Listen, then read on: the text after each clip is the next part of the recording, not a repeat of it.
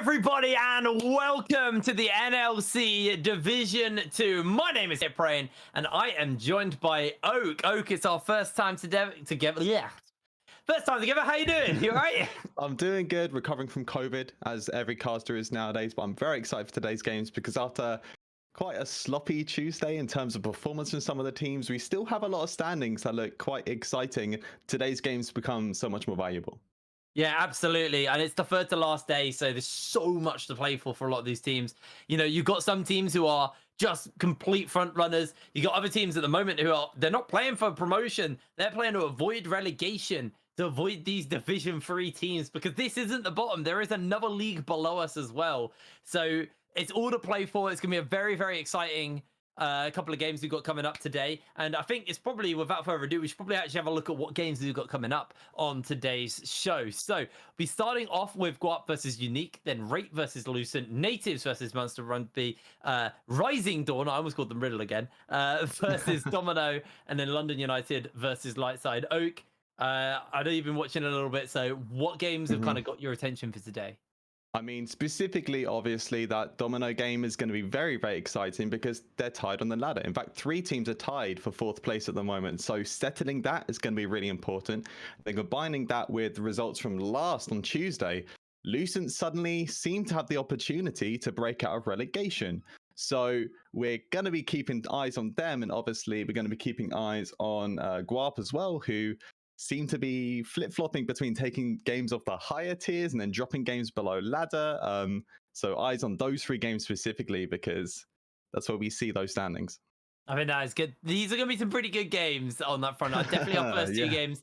A little bit stacked on that side. Let's actually have a look at the overall standings as well, just to see where all our teams are currently sitting going into this third to last day of the regular season. Natives are leading the pack with 11 and 4 as their score. Then it's Rate and Lightside that are tied up 9 and 6. Then there's a 3-way tie between UniQ, Rising Dawn Esports, and Domino. Munster are currently sitting quite happily on their own there. Got Guarp just behind them. Lucent 5 and 10 right now, and London United 4 and 10. If Guarp get a single win, it's impossible for London United to catch up to them, which is pretty big. Wow. London United have to win every game over the next 3 days of play, and Guarp have to lose every game for them to potentially make it out. Lucent, it's slightly better. They can still technically afford to drop a game, but rather not do so. It's going to be a hard ask for a bunch of these teams, I think, unfortunately. They've got, a long way to go. For the teams looking to make it to those promotions, though, there's a big tie towards the top. There's a big it's almost bottleneck towards the top. Natives quite comfortably at the front at the moment. It's not impossible to bypass them, but it is going to be a hard ask for some of these teams. But realistically, there's anyone from like Munster upwards could potentially make it into those promotion tournament to get yourself into the NLC Div 1. Yeah, it's kind of crazy, actually. Every time I see the standings, I realize how many teams have so much play for right now. Munster included as well. You highlighted them just now, but they are 7 and 8.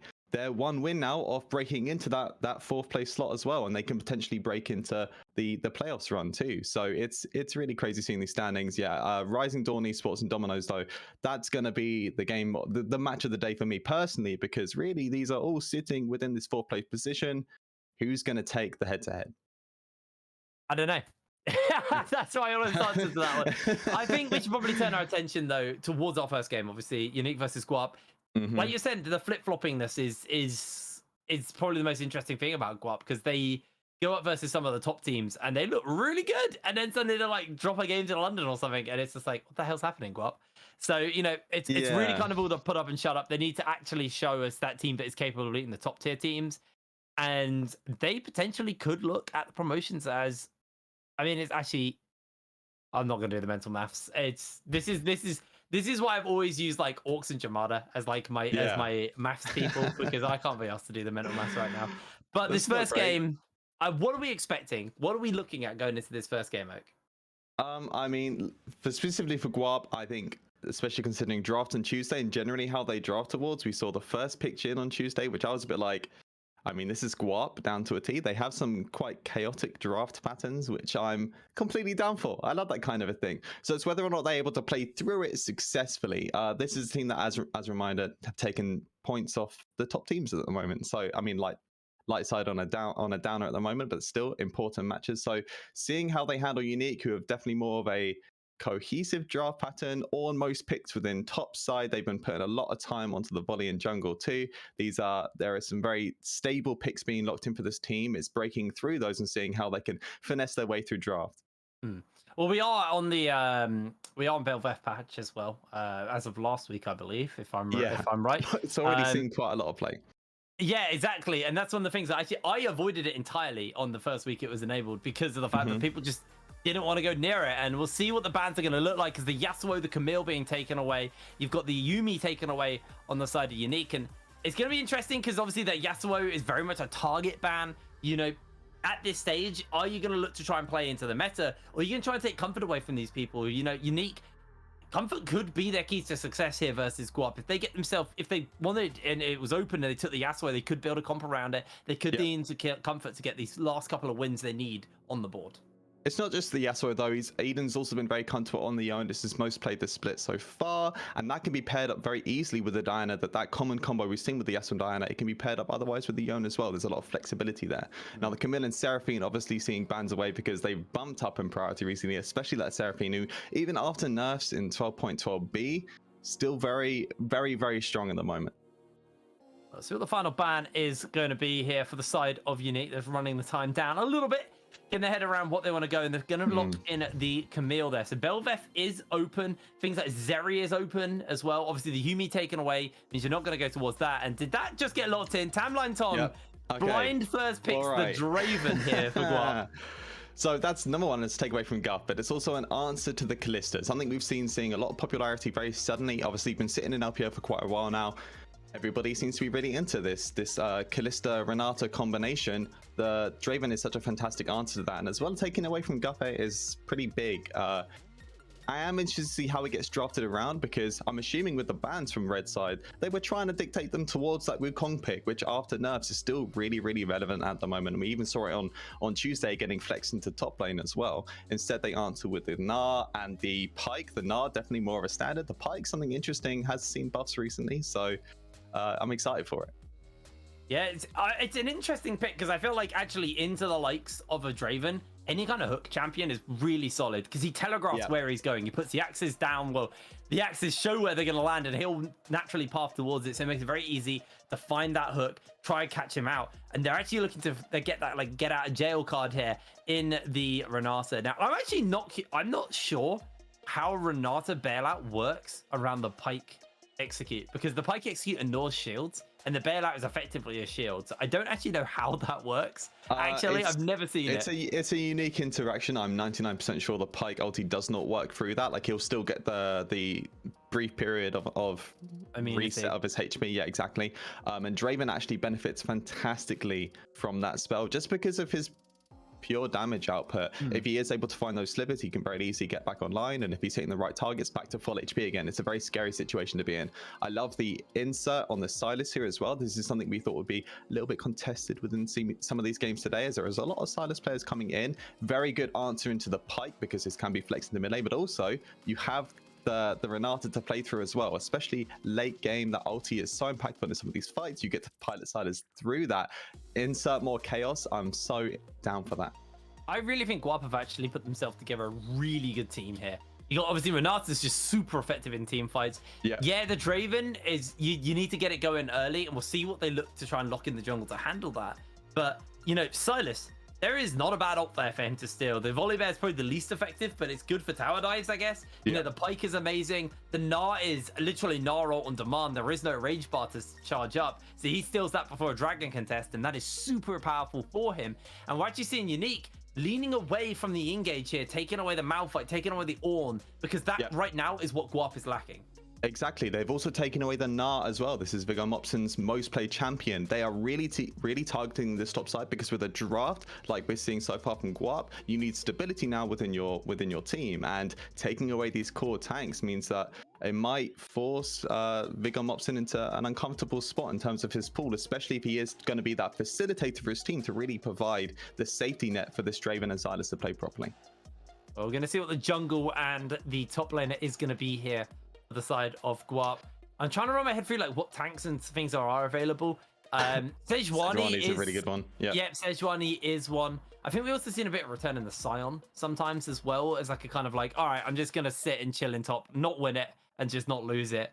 But we'll see what they're gonna do, because that Sejuani is flexible between top and bottom. So locking that in and then figuring out what is gonna be the next pick. I want to see something aggressive jungle wise though, so I'd actually quite like to see that Sejuani go into the top, so they can make sure that Tanline Tom on this Draven is covered. In the early stages of the game, you really want to make sure this Draven isn't just getting absolutely slammed in that lane. So we'll see what this final lock is going to be here for Galen. And it's going to be the... Oh, Graves. Okay, so Graves probably going in the jungle.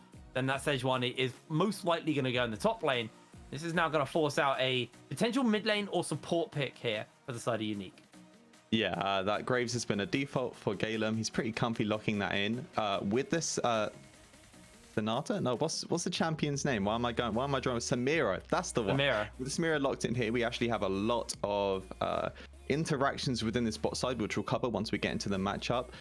Given the pure roaming power of Pyke, though, I was hoping they'd lock in something a little bit more aggressive in the mid lane. This is a really comfortable pick, though. I actually am not too fond of Ori right now within the meta. We've seen some players actually re-adopt it back into certain pools, and whilst you have a lot of opportunity to play defensively into this kind of a comp, as well as the Nara and the Volibear to maybe serve that ball into the right position, into Sylas it can be a bit of a struggle, because he has, especially after 6, taking away that ultimate is so scary. And yeah, a lot of different CC tools from Guarp means that this lane might be a little bit vulnerable. Yeah, I think that is going to be, I think the Orianna was picked up for that reason. Is like, okay, I just want something that can chill, clear the waves, and play safe. Yeah. And I think that's what they're looking to do. It adds some scaling elements as well. Obviously, Samira does scale and stuff like that, but it adds, an AP scaling element to this team. It also gives them very comfortable and solid wave clear, because if we look on the other side of the board, the wave clear is not amazing. Yeah, you have, the Graves. He's very good at clearing waves, but he's limited because he gets the 2 shots, the E, and then the reload, and obviously the end of line. But like, you're not going to be able to just kind of quickly send the ball into the wave, clear it out from a distance, and just slide out. Sylas has to get in the middle of the wave. Draven, he can do 1 minion at a time, and I mean, he can literally just one-shot a minion at a time. But again, relatively short range, that can leave an opportunity to get shockwave, that can get the opportunity to get hooks. So I worry about Guarp. If they don't play this and they're forced on aggressively and get forced onto the back foot here, their lack of wave clear is gonna be something that could cause a detriment to them. And that comes hand in hand with the vulnerability of this Orianna, because she's going to dictate a lot of the pacing on getting on these waves first, and then that giving you the opportunity to get on objectives. So if the Orianna's put behind, I suddenly see Guarp's comp forming much more cohesively, because they will have a little bit more pressure within the wave. If the Ori comes out net neutral and we hit 15 minutes and she starts auto clearing backlines and they're just moving across the map with her team, yeah, you're right. This wave clear becomes an issue. Suddenly their priority on these objectives becomes an issue. Well, we are on to the Rift for our first game of the day. Our third to last day here of NLC Division 2 is Guarp. Oh, just chilling in this bush, but gonna just move back out after they thought about having a bit of action, a little bit of a fight. They were looking for the invade. Didn't find it, though. The fishing didn't work out. Just gonna head back up towards the blue side, and we'll see get them clear downwards to see if they can get involved in any of this action bot side. And that's kind of what we expected. We wanted to see, Tanline Tom get all of the attention, all of the power he wants. And the problem you do have with this Draven is you are naturally going to push. Draven is a champion who just pushes because he's constantly autoing. His autos do a lot of damage. You want to keep those axes in the air as long as possible. Nihu's trying to play a little bit of interrupt here into Guarp. Very cheeky play, to be honest, but very smart to do so. He knows he's against double melee. There's really no threat on him. And yeah, you're right. This Draven lane will be slow pushing in. This might actually benefit their lane, though, as I think we can identify Renata not being as the strongest laner. Does get to play into the melee matchup early, though, so a little bit more space there. And having that wave shove going to give them even more priority, especially with Draven. We already know, I mean, this champion's renowned for it. The amount of priority this champion gives you means that, especially if Galen can play properly around it, if he can find the clear towards his bot side, going to be very scary for UniQ to have to deal with. Okay. Just sliding back underneath his tower. But he's getting a little bit of attention put into him by Eden, as you do expect in these earlier stages of the Orianna versus the Draven matchup. And as we expected, Tanline Tom is getting the pressure in this bottom side, able to shove the wave in heavily. Nugget's trying to fire back onto Eden, but Eden just going to trade out with him and just take a big old chunk of his health right now. Yeah, this is kind of how you need to play the matchup. If Orianna doesn't get the priority in the first couple of waves, get that wave shove in as well as build up HP lead, suddenly it becomes very scary. And even now, as soon as he has all 3 spells available, that Kingslayer can be such an important trading tool to find negative trades and then just heal back up again. Find another trade that's not neutral and then heal again. Just getting that pressure up there for Nugget. Nugget will be able to pick up at least his cannon, but every time he goes to catch some minions, he takes an auto attack or a Q or a little bit of damage, and it's just that slow death by 1,000 cuts. Unless he either gets, you know, the attention to Galen into mid lane, because this Orianna is very pushed. There is that world where they could get the kill onto them. Looking for it now.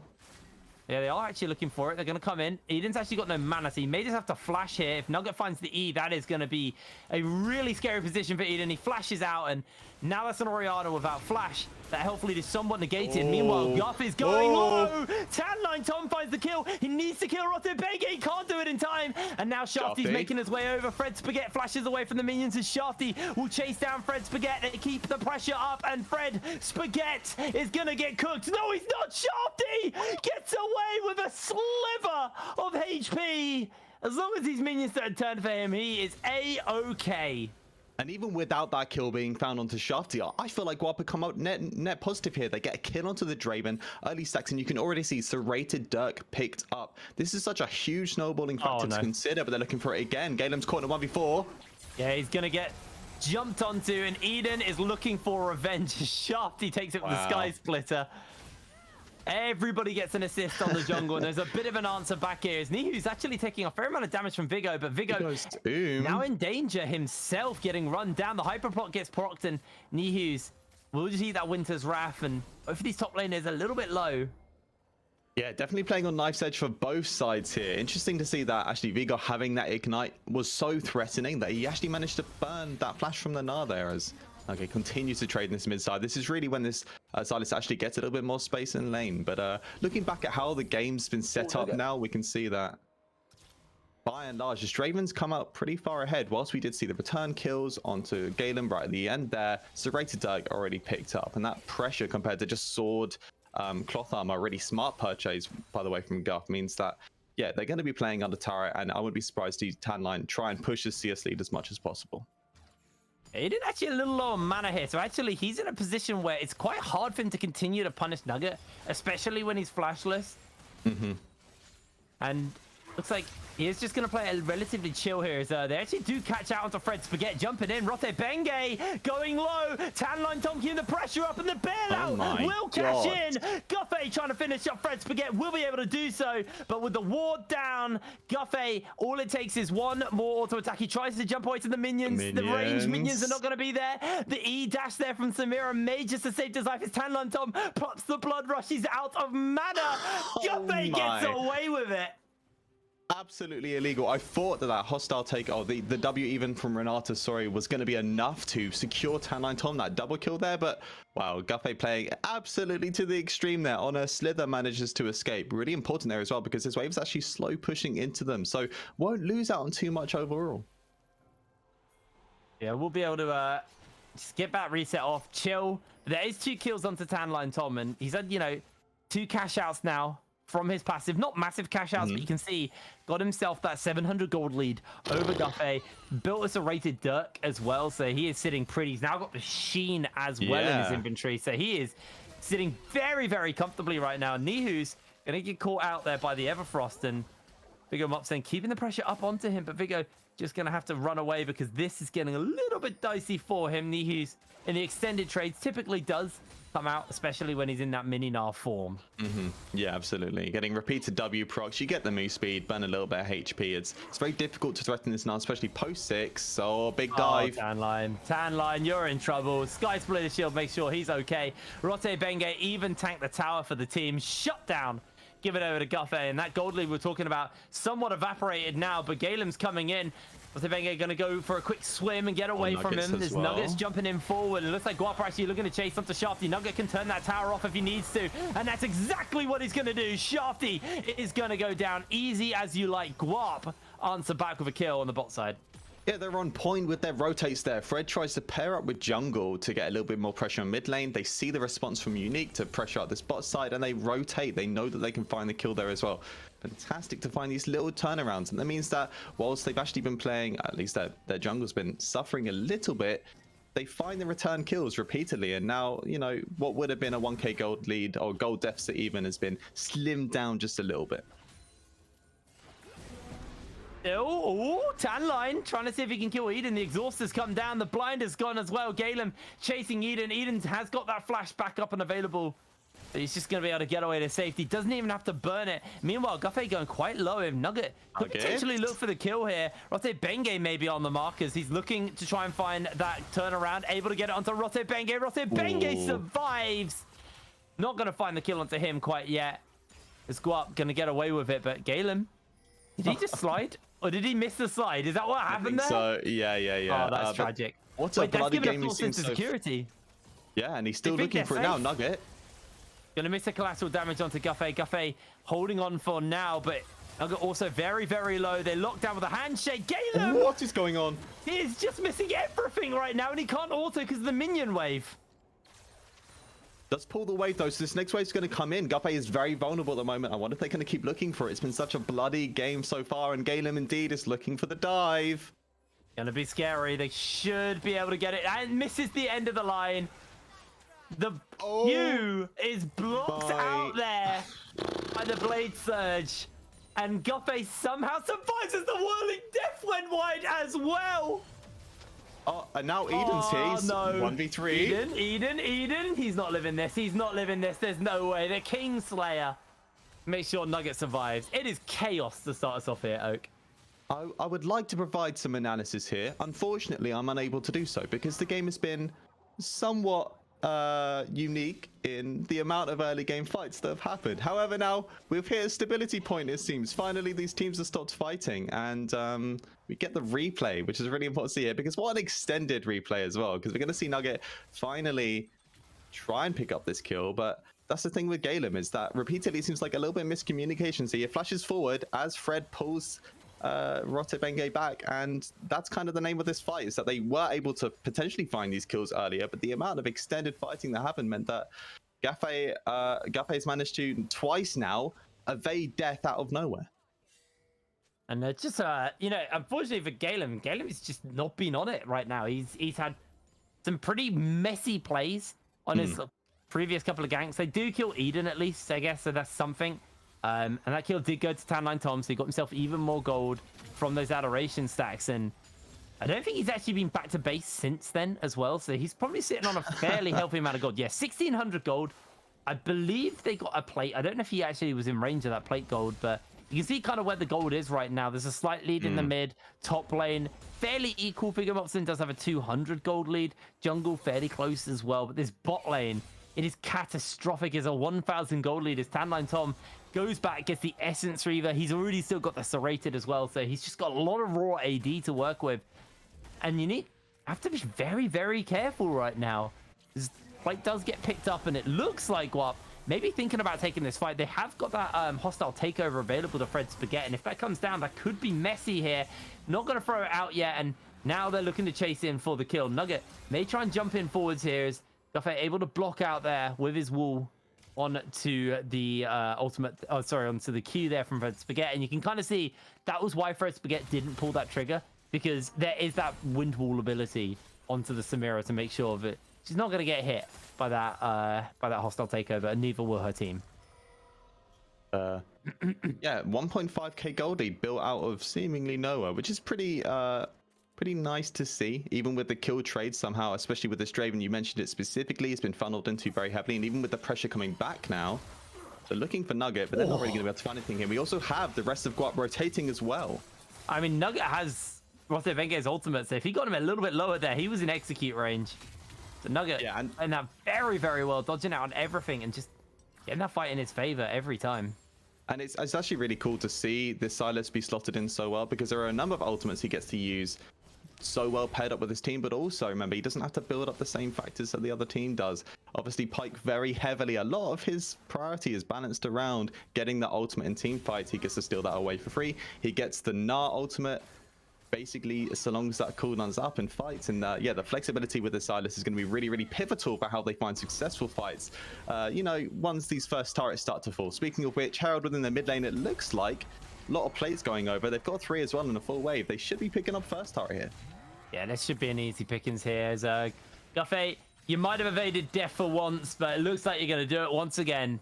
Oh my god. They are just unable to catch this guy. Meanwhile, a charge comes down, and half of mid-tier 2 goes down as well there to UniQ. It's a really solid play from them. They don't lose anything on the other sides of the map. In fact, they keep the pressure topside as well. Shafty jumping in here onto Fred Spaghetti, but not completely convinced that it's time to keep this aggression up, but they are going to look for it as the hook comes down. They're going to land the chain lash, but the ultimate from Shafty means he's not going to get caught. He's going to get back under his tower to safety. And Nugget timing out now on this death from below, so won't be able to use that for too much longer as it has just timed out. So that opportunity has gone, but like you said earlier, there's kind of like a lot of really good ultimates for this Silas. I mean, the death from below is amazing. I don't actually know how the Samira ult works. I've never seen that interaction, but the Gnar is the big one. Gnar ult on demand is such a huge tool for team fights. Absolutely. And actually, I think the way UniQ have drafted does counterbalance that somewhat, because they have a myriad of defensive tools that they can, and evasion tools really, to limit some of the engaged tools coming out from Guarp. And, you know, we've seen it already. I think Guffey has managed to evade to death twice now, but Rotebengi is also very, very hard to stick onto in some of these fights. So really, it's got to kind of reassess a little bit and see which targets they will be able to effectively punish. And also, it's getting Vigor Mobson out of this lane.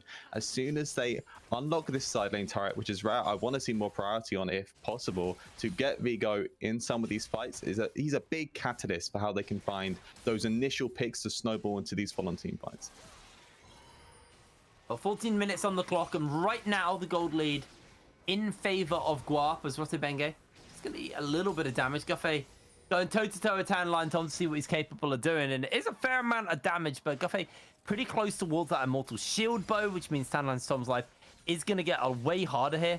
He's just trying to get as much gold injected into him as possible. He has got himself a pretty significant CS lead, but with the kills and the assists, Guffey is actually worth a shutdown. So it's weird how you'd think Tanline Tom is ahead, but he's also kind of in a... I have a personal agenda against shutdowns. I feel like they're a little bit buggy, as Nuggets looking for the kill here manages to burn the shockwave for free. That's a really important pickup, especially as Scuttle's now just spawning, and he'll have the ultimate up as well. Big turnaround, I think, from Guarp to really secure them priority on this Herald. But yeah, shutdowns work on like quickly injecting gold into key members, so that's the reason why we see the shutdown onto Guarp, and it really, in my mind, doesn't make any sense. But alas, that's just me. But I mean, also, Tanline Tom wasn't bot lane for a lot of this game. He actually went mid for a fair amount of time. So, also, like, it's really weird because Tanline Tom, you'd think, would also be worth a shutdown. I think because it's comparing him to like the mid now at this point, it's not. It's messy. I think he had a shutdown and gave it up. So he might have. Yes, you might be right actually. Vigo lose a fair amount of health here to Nihu's, and Nihu's not gonna hang around and see if there's any more damage to be done. Doesn't want to go for that tower dive versus Essential One. Understandable.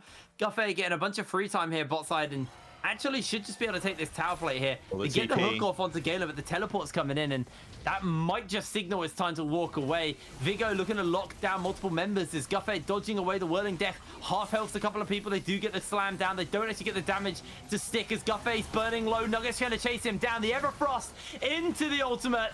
Coming in from Fred Spaghetti. Shut down. Picked up a Nugget as well. And it is a 2-kill victory there over to the side of Guarp as Eden is able to take the tier 2 in the mid lane and get a little bit of chip damage onto this tier 3, while top lane also will fall, but bot lane goes down in favor of Guarp, and Tanline Tom can pick up a lot of solo gold there as the hook gets a little bit wide by Rotevenge. And I see if Tanline Tom actually wants to escort this this Rift Herald up further, but he's not going to do so. He's just going to head back, reset, and spend that gold. Yeah, even with that fight going successfully in the way of Guarp, some really smart plays from UniQ, no rotations needed, just play for more turrets, and this really neutralizes that gold. Did give them access to that Infernal Drake now, and Eden's very out of place. He might actually be able to kill Fred Spaghetti here, but Fred Spaghetti's bailout means he is not going down. And Guarp kind of just get away with murder on that one, to be honest. Yeah, a little bit illegal play, but that's where we're at right now, and Guarp seem to continually be looking for these very humorous plays, but it's working out in their favor. Small gold lead, but also the Draven and Silas both incredibly snowballed. Oh, Nugget trying to hold on for the moment. He's got the Kingslayer. The stopwatch comes up, waiting for the opportunity to get his abilities back. Kingslayer goes down. Flash from the hook. Everfrost catches out.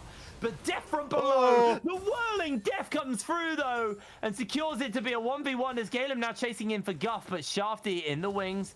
This could get really scary for Galen if he overextends. And it looks like he's just going to step away, cool it there. Doesn't want to step anymore. Yeah, and Town9 Tom being out of these fights, it doesn't mean he's going to be out forever, and he's been building up those stacks and those payoff there. A little bit of an execution coming in to pick up the return kill. Now, remember, a shutdown was found into Nugget, but they're looking for the kill in mid too. Huge ulties, but... It's going very low, but the Whirling Death's not going to go down. It looks like they're okay. Galen, though, charging forwards, doesn't really have much. He has the Gore Drinker build, so it's a bit more tanky. Hasn't got like the full lethality. That might do enough damage to find the kill. It's actually really funny to see the amount of steel-plated toe caps that have come out from either side. They really are respecting the amount of physical damage from either side, trying to play more utility based. Especially this Graves build is definitely built towards more frontline. There's one shots coming in from this Graves, which pairs up oh so well with Vigo and the rest of the team member. Very heavy damage comp in the first place. So slotting in this Gore Drinker, I'm actually a really big fan. It means also very easy to pilot into a multitude of secondary items. I think the one we've seen most commonly has been the chainsaw. You build that in, it spikes just a little bit earlier than Death's Dance, and especially on a ranged champion like the Graves, probably a better slot in.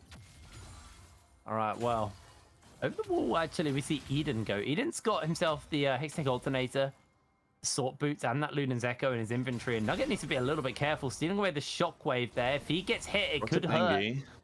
Eden's keeping him at arm's length. Just needs to dodge away. The Shockwave comes down. Nugget's gonna go down. The Shockwave lands onto 3, but it's not gonna save his life as he is picked up. Town9 Tom does have to be a little bit careful as he is currently on his lonesome, does have his support nearby. Nihu's just going to catch this wave after they got a free kill onto Nugget there. And this game's definitely back and forth right now. The gold lead somewhat even as Vigo is going to get caught out by Shafty, but I don't think they're really feeling it as Shafty actually going to get himself locked in place here and takes a fair amount of damage from Vigo. Yeah, Rotobengi's doing God's work right now. He's on the map at all times, rotating between his lanes to play off his more aggressive game states in his side lanes, and it's really paid off. You can see 3-2-3 in the moment. He has died most on his team, but he's also got the highest kill participation, 100% kill participation even. So every play that UniQ can go for aggressively, he's already there to back it up to ensure that that goes well, and that's the kind of play we want to see, especially now as we're heading straight into mid game. Finally, now that especially these tier 1s have been unlocked on the side of Guarp, UniQ have a lot more space to play around with, and we already talked about it in draft, but the priority these guys have on waves is really going to dictate how these next fights are going to be handled, how the vision line comes into it all. So we're going to be keeping heavy eyes on that. Yeah, I'm glad you bring that up actually, because that was one of our key criticisms of Guarp's draft was, you know, they are somewhat lacking in the wave clear front. So it could get really hairy for them. Now, one dragon apiece means we're actually a long way away from Soul actually ever being a threat in this game. Is an Ocean Soul, so both teams definitely be quite happy with that, especially with the amount of sustain when, you know, you got the Gore Drinker Graves and stuff like that.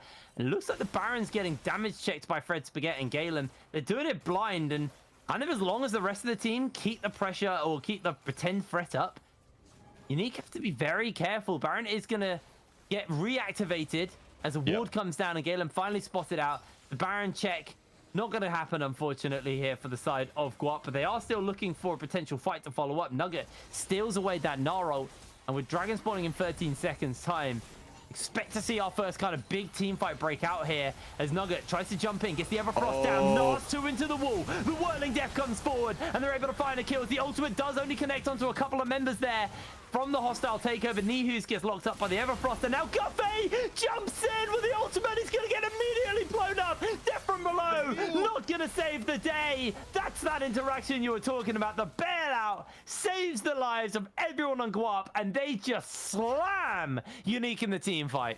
And immediately eyes go straight onto this Baron. They understand that a single kill gets rotated into 3 because UniQ were really desperate to find that return to lane. They didn't want to give up the Drake, but that slight overstep as Nugget's going to pick up another kill here. No, forces the flash out. Now going to lead straight into this Baron. Shafty's on the flank though. Yeah, he's seeing if he can steal it away. Has got that flash. It's not going to happen. Shafty can't make his way in as Nugget takes him down. Baron over to Guarp. They've taken everybody out, and they are sitting pretty now in this game. And what a fantastic snowball directly through this Draven. This is something we've been critical of teams, especially on Tuesday, where they find gold lead through a specific player, and then they don't manage to snowball that into the rest of the map. Forcing this 5-man through the mid, forcing the pressure on the Baron to start this kind of dance around the mid lane to see who's going to get the next objective was so important. As now that gold lead gets even further spread out, we can see now 4K gold lead as they continue to look for the fight. Yeah, I think Rotevenge is just going to get forced out here, but he's not going down unless he catches out onto Galen. But Galen sustained his big shockwave down number 2, dodges away on the death from below, and Galen can heal up to the honey fruit. Gilfay trying to make a hero play happen, but we ain't Samira Gaming anymore. Thank God this champion got nerfed. Indeed, UniQ really struggling to find the play in this game. They almost find these turnaround plays, but they repeatedly get shut down by, remember, Guarp not really being threatened with summoners this game. That means they have it for each fight. Every time they look for a target, they get to flash away. We have the bailout, which has helped in 2 fights now. These pivotal tools to make sure fights can't be turned around easily, handled so well by Guarp, and this has now led to Baron being picked up, second Drake on board, a 5k gold lead suddenly emerging very quickly from 3 minutes ago even. Alrighty, well, resets to come in. Baron buff kind of used effectively, but it kind of what it actually did more than taking towers was give pressure to them so they could pick up that dragon, pick up a second fight, and just extend the gold lead.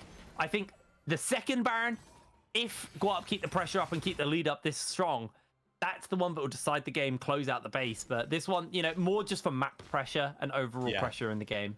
Yeah, no, there's kind of 3 stages to Baron. If there's still mid lane tier 1 remaining, then that's unlocking the map. The second one is the economy Baron. You want to unlock as many turrets as possible. And then depending on game state, if you've already got those, then you can look for those inhibs, look for those 6v5 situations. Guarp now still pressuring up though. You can see heading straight into the mid lane. Once again, they're going to focus all this pressure on the mid side because, I mean, look at the damage coming out from Vigo, and he's completely untouched at the moment.